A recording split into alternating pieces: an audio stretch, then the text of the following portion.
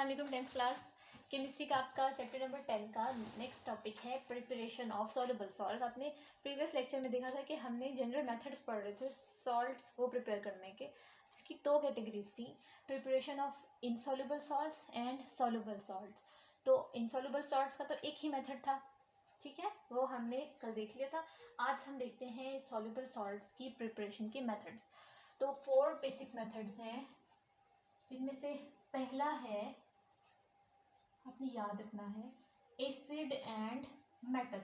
जब हम किसी प्योर मेटल और एसिड को रिएक्ट कराएं और उससे हमारा रिक्वायर्ड सॉल्ट मिले, ठीक है, that is water soluble salt, वो सॉल्ट हमें मिल जाए, तो इस मेथड को हम नाम देते हैं द डायरेक्ट डिस्प्लेसमेंट मेथड,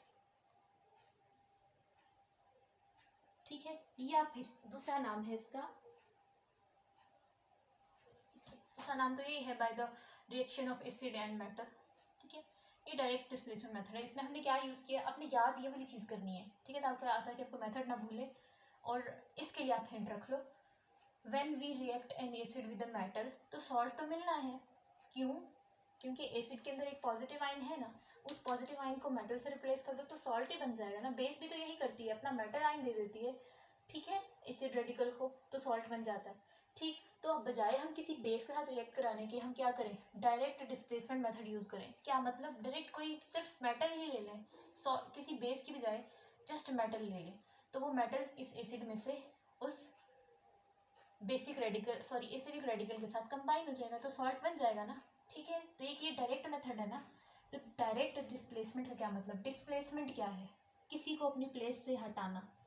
जैसे H पॉजिटिव Cl नेगेटिव, हम इसको ऐसे रिप्रेजेंट करते हैं कि H पॉजिटिव नेचर में था, Cl यहाँ पे नेगेटिव नेचर में था, ठीक है, HCl एक एसिड था। तो कोई मेटल, सपोज जिंक मेटल, क्या करेगा, जिंक भी इलेक्ट्रोपॉजिटिव इन नेचर होते हैं ना मेटल सारे के सारे, तो वो क्या करेगा, यहाँ से आकर एसिड में से इस H पॉजिटिव को हटाकर इसकी जगह पे खुद आ जाएगा, ठीक है, इसने रिप्लेसमेंट कर लिया ना, ठीक है, H पॉजिटिव को रिप्लेस कर लिया, क्या बन गया, ZnCl2। सॉल्ट नहीं होता क्या, ये सॉल्ट ही तो होता है ना। ये एक आयनिक कंपाउंड है, और ये जो रेडिकल है ये बेस में से भी आई है, बेसिक रेडिकल है क्योंकि पॉजिटिव चार्ज है, ये एसिडिक रेडिकल है क्योंकि ये एसिड से आया है, ठीक है। बस हमने डायरेक्ट कोई बेस यूज़ करने की बजाय डायरेक्ट वही मेटल यूज़ कर लिया जो हमें चाहिए सॉल्ट में। अगर हमें जिंक क्लोराइड बनाना है तो हम क्या करें, बजाय कोई जिंक की बेस लें और फिर उसका रिएक्शन कराएं एसिड के साथ, उसकी बजाय हमने डायरेक्ट मेटल ही ले लिया जो हमें चाहिए, ठीक है। तो आपने याद रखना है, you are reacting an acid with a metal. तो सॉल्ट के लिए हमने क्या पढ़ा था कि जनरली सॉल्ट बनते कहाँ से हैं, ईजिली एसिड और बेस से बन जाते हैं। तो अगर हम बेस ना यूज़ करना चाहें, डायरेक्ट मेटल यूज़ कर लें, तो ये एक मेथड हो सकता है ना, ठीक है। इसमें होता क्या है, metal ion replaces the H positive ion from the acid, और उसकी जगह खुद जाके लग जाता है, ठीक। तो अब हम इसकी एग्जांपल भी देख लेते हैं। आपकी बुक पे जो एग्जांपल दी हुई है that is between HCl and magnesium metal, ठीक है। तो क्या होगा, ये है ना H पॉजिटिव आयन, यहाँ पे इसी में H पॉजिटिव आयन बनना है ना, तो क्या होगा, ये मैग्नीशियम आके इस H पॉजिटिव को यहाँ से रिप्लेस कर लेगा, ठीक।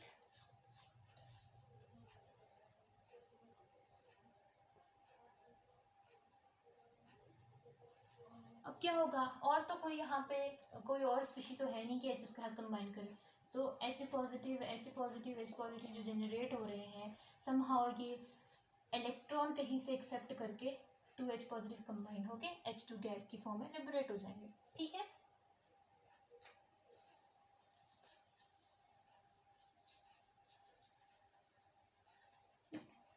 तो ये मेथड आ गया समझ।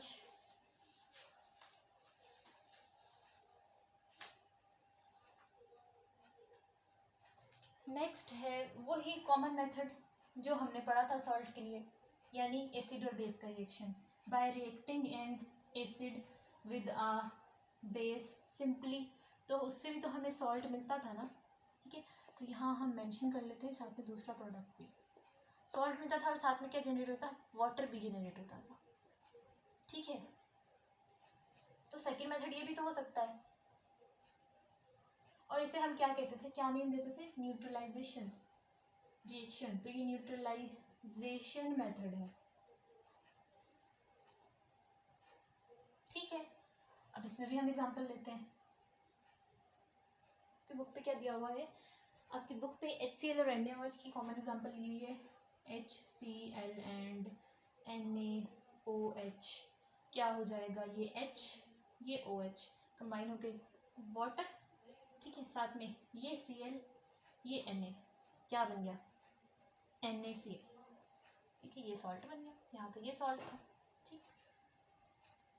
ये बहुत इजी मेथड है, ये तो आपने पढ़ा हुआ भी है। नेक्स्ट हम देखते हैं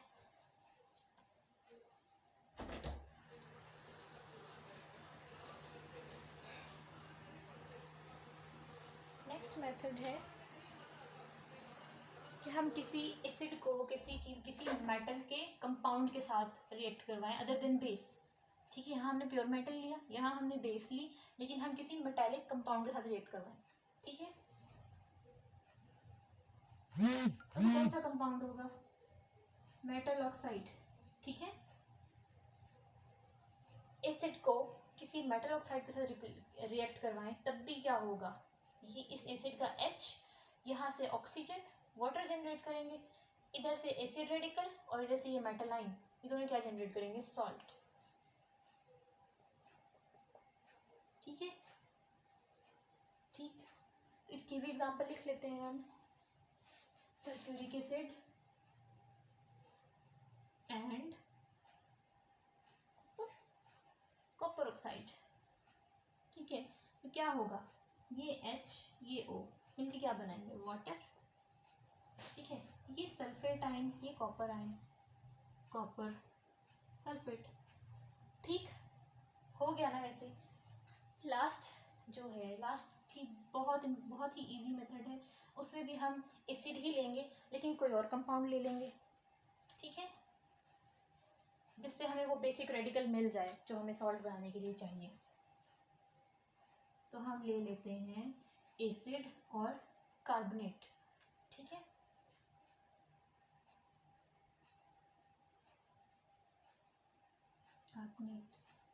कार्बोनेट्स मतलब यहाँ कोई भी कैटाइन होगा, ठीक है, और साथ में CO3 आयन लगा होगा, ठीक है। CO3 - 2 होता है, ठीक। कोई ऐसा कंपाउंड लेंगे जिसपे यहाँ पे कोई कैटाइन हो जो हमें सॉल्ट के अंदर रिक्वायर्ड है, जिंक हो सकता है, सोडियम हो सकता है, ठीक है, कैल्शियम हो सकता है, साथ में कार्बोनेट हो। तो ये भी एक बहुत इजी मेथड है, कार्बोनेट्स इजीली रिप्लेस जाते हैं।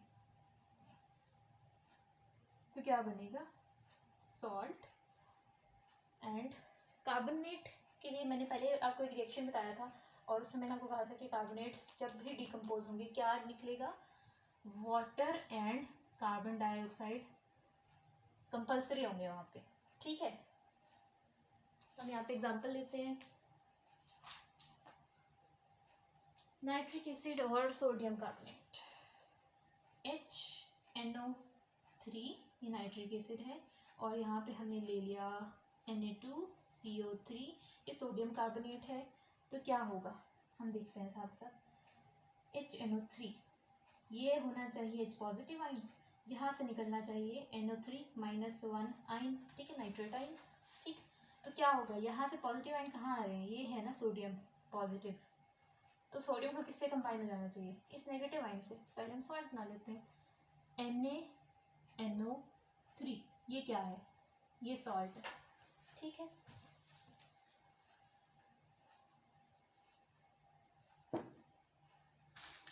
फिर सॉल्ट तो बन गया, अब बाय प्रोडक्ट्स आ गए। अब क्या हो गया, ये जा चुका है, Na जा चुका है, ठीक है। क्या रह गया, H और CO3, तो यहाँ से CO2 लिबरेट होगी और यहाँ से H और O मिलके वाटर बनाएंगे, ठीक है। तो क्या होगा, H2O and carbon dioxide gas, ठीक है। बहुत इजी मेथड है, लेकिन ये क्वेश्चन बहुत इंपॉर्टेंट है, ये पेपर में बहुत ज़्यादा आता है लॉन्ग क्वेश्चन के फॉर्म में, ठीक है।